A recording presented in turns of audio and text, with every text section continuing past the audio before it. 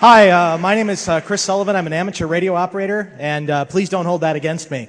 This is also the first time I've been in a tie in almost 10 years.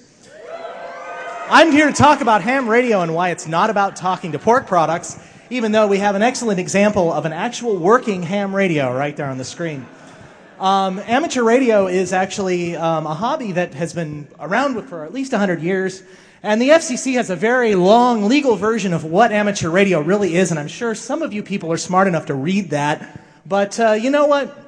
That doesn't really matter, because what amateur radio really is about, it's about geeks playing with radios. And that's been the case since it ever got started way back in the early 1900s. If you're a geek and you're not an amateur radio operator, you're missing out.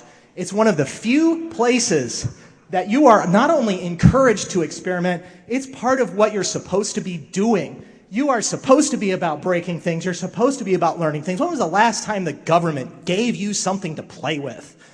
That's what amateur radio is all about. And I'm going to try to give you a few examples of some of the things that we're doing with amateur radio right now. It's here in Portland, in Montana, where I came from. A lot of you have this image of amateur radio that it's this old, dusty stuff in a basement. And you know what? Those people are still around. That's why beware of the ham radio operator, because some of them, man, they're kind of scary people. I hope I'm not one of them. Wow.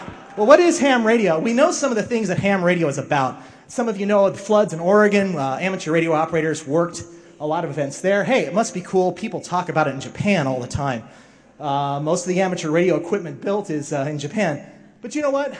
Homebrew is alive and well. For those of you who like that homebrew stuff, you know, building a radio like that on a tuna can, maybe we should call it tuna radio. But that's an actual working transmitter that I've built, and it's a lot of fun. You're encouraged to try different things, test theories about designs, hack, break your equipment, void your warranties. Please void your warranties. So where do we go from here?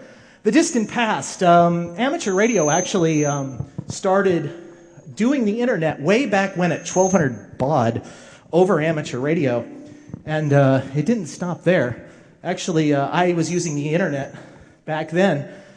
Wi-Fi across miles, not feet. What if I told you that channel 1 through 6 in the Wi-Fi spectrum is actually an amateur radio band, and you're allowed to take homebrew equipment, use it on that band?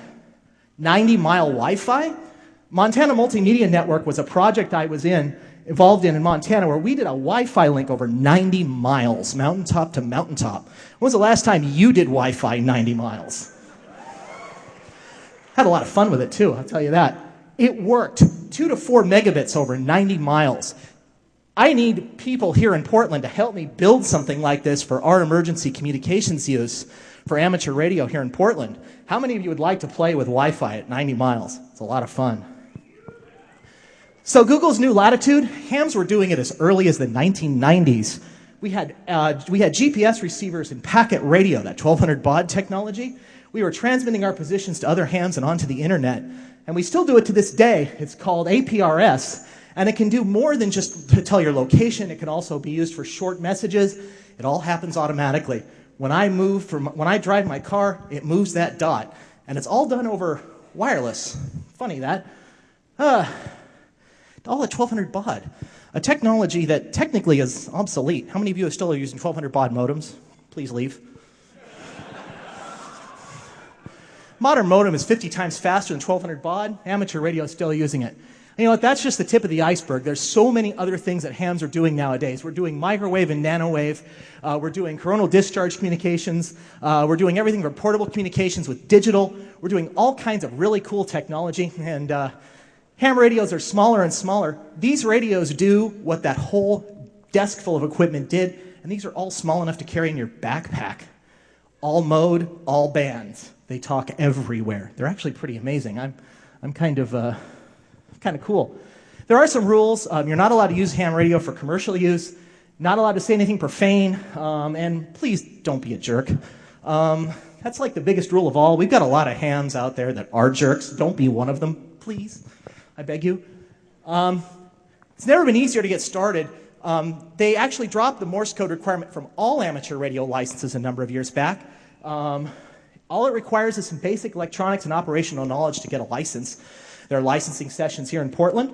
If you need any questions, there's my amateur radio call sign, N0DOS. That's right, it's no DOS. And you can email me at nodos@nodos.org. Thank you.